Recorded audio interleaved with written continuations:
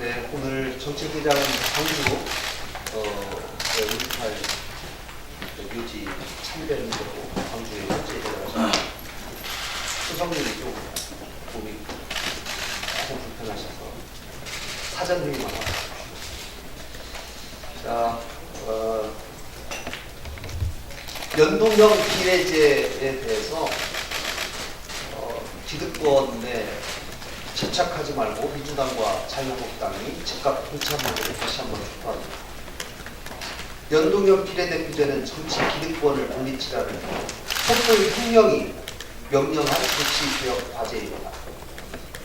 민주당은 이런 개혁을 뒤로하고 당리 공약에 의해서 연동형 비례대표제가 아니라 이제는 애매모호한 번역별 비례대표제를 주장하고 있습니다. 연동형 비례대표제는 대통령께서 지난 총선과 대선에서 약속한 것이고 문재인 대통령께서 취임 후에도 언급했고 여야정 협의체 합의문에서도 명시된 내용입니다. 특히 지난 2015년 8월 당시 민주당의 전신인 새정치민주연합은 의총을 통해서 연동형 비례대표제가 당론이고 협상에서 일관되게 말하겠다라고 브리핑까지 했습니다. 당시의 당대표가 현재의 문재인 대통령입니다. 당시에 문재인 대표는 최고위원회를 통해서 독일식 연동형 비례대표제를 의미하는 번역별 비례대표제를 당론으로 정해주길 바란다고 언급했습니다. 최근 민주당이 주장하는 번역별 비례대표제는 2015년 당시 민주당이 주장했던 내용의 진정한 의미는 살짝 빼놓고 말만 인용한 것으로서 그 취지와 내용이 전혀 다릅니다. 민주당은 당초의 공약대로 연동형 비례대표제를 아무 조건 없이 수용해야 합니다. 그리고 선거제도 개혁을 위한 대통령과 5당 대표의 간판 회동 제안에 조속히 응답하기를 촉구합니다. 여야정 협의체에서 합의된 탄력근로제 기간 확대 문제에 대해서 청와대와 여당은 당초의 약속을 지키기를 촉구합니다. 지난 5일 여야정 합의체에서 탄력근로제 기간 확대에 관련해서 연내 처리하겠다는 합의문을 발표한 바 있습니다.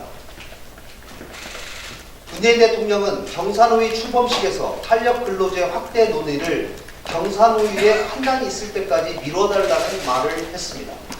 이런 대통령의 언급 이후 민주당도 입장을 선회했습니다. 도대체 대통령과 민주당은 여야 합의 내용과 협치를 어떻게 생각하는지 궁금합니다.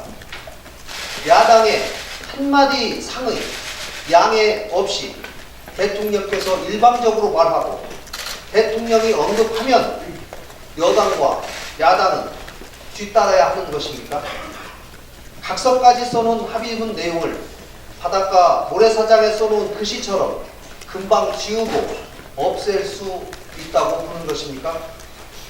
대통령과 여당은 협치 실현의 의지와 행동을 전혀 보여주지 않고 있습니다.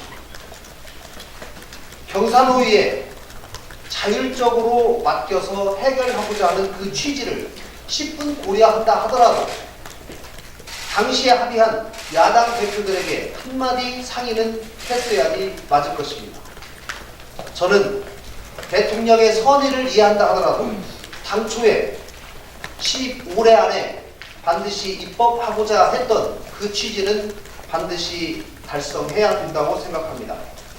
내년 1월 1일이면 최저임금 다시 인상됩니다. 탄력근로제 유예기간 종료로 내년 1월 1일부터는 기업가들이 범법자가 될 우려가 있습니다.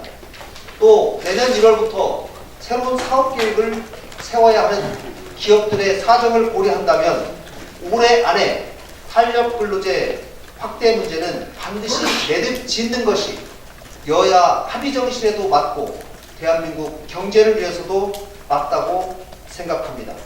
경사노위에 맡기는 문제는 저는 12월 10일까지 시간을 두고 자율적인 합의를 유도하되 12월 10일을 넘겨서는 안 되고, 그 이유는 국회에서 올해 안에 입법을 마무리해야 된다고 생각합니다.